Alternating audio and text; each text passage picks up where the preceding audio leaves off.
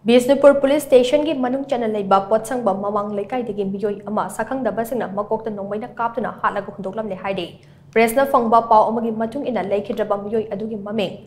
Nongmaithem Bimol Chan chahi nifu ko mga apokpa Nongmaithem Bir Deza kawi haide mahak kanana karigidamak hatoklam libanu haiba hojik fawbaki oina khangba ngamdre misi asiga mari lainana leikhidraba Bimol Chan gi manaw nupana fongdorakpada mahak ngasi ayuk pung mga makhairom tabada lawrang surunabagidamak yumdagi thokibane khunja singna paw pinarakpadagi mafam aduda chattuna yenglubada mahakki thawai yawdraba hakchang oina taduna leiramba thingnakhe mihat asigi matangda lengana achumba langla langjin thidokpiduna leikhidrabagi imung manungda achum Wayal Fanganbio, Laikidraba Bimol Chan in Loinabit, no Maitem Ongbe, Sanglay Lasum among the Laikidraba Nina, Makoy Lehuri Bapik Liba Matasing Asiso, Mama Mapa Animak Lataba Hibadu Oide, Madam Aduna Mari Lainaba Sinan Misi, Asegim Matanga, Achum Aran, Atuba Matam that Putopio Haina Mahana Makatana Funduke.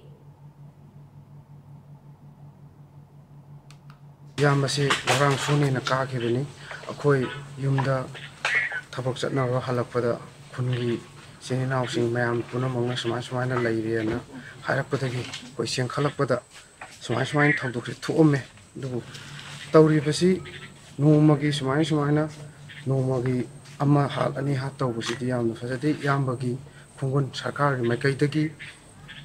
Kayumlanga, Kara, Yang Salami, Taudabu, Hazik Mama Sula Hidre, Hazik Mapa Sula Hidre, Quisura Savang Actani. Haji akoina hingadu punsi se karam magai no habada yamna awaba mayokna re haji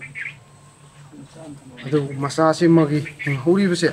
asi kamaina tawraga hingdagi habde langak tesu khara mating panghanninge